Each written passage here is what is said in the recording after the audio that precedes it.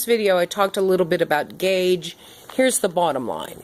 If you have different gauge yarn, after you do the weaving, it will pretty much work out, but preferably you're going to have the same brand of yarn or the same gauge yarn through your project so you don't get a little bit of a poofy edge. The other thing I want to talk about is what I have learned in terms of materials or tools that you'll need. In addition to your regular hook, I recommend one of these Tunisian style hooks, the long hook. This is really helpful when you go through your grid. Get this out of the way.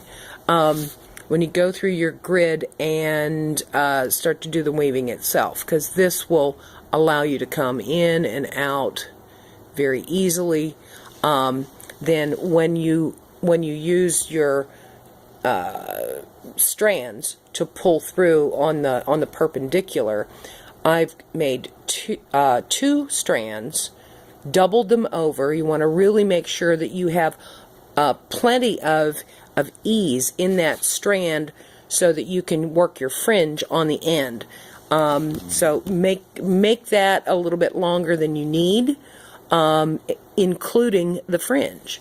So once you're done with your grid pattern, that is basically, this double crochet, chain, double crochet, you want to weave through on the perpendicular, and then you'll just use those two strands to pull through. And I'm trying to do this with one hand, which isn't working, but basically you get the idea. If you've got some basic skills, you're going to hook that in